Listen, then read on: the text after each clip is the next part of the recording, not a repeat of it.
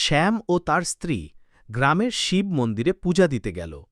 পূজার সময় হঠাৎ শিবলিঙ্গের উপর একটি মাকড়সা হাঁটছিল। স্ত্রীটি সেটি সরাতে মুখ দিয়ে ফুঁ দিল।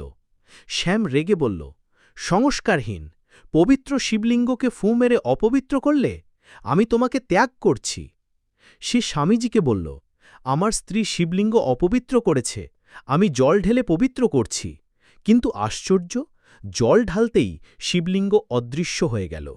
স্বামীজি অবাক হলেন, শ্যাম, তুমি কেমন পূজা দিলে? ঠিক তখন শ্যামের স্ত্রী এলো। শ্যাম বলল, দোষ আমার পুজোই না, দোষ ওর। ও মন্দিরে আসার সঙ্গে সঙ্গে শিবলিঙ্গ অদৃশ্য হয়ে গেছে। স্ত্রী জল ঢালতেই শিবলিঙ্গ আবার প্রকাশ পেল। শ্যাম হতবাক। স্বামীজি বললেন, সত্যিকারের ভক্তির মতো শক্তি এই জগতে নেই। স্বামীজি বলল, কিন্তু আশ্চর্য, কেউ এখনও লাইক সাবস্ক্রাইব করেনি।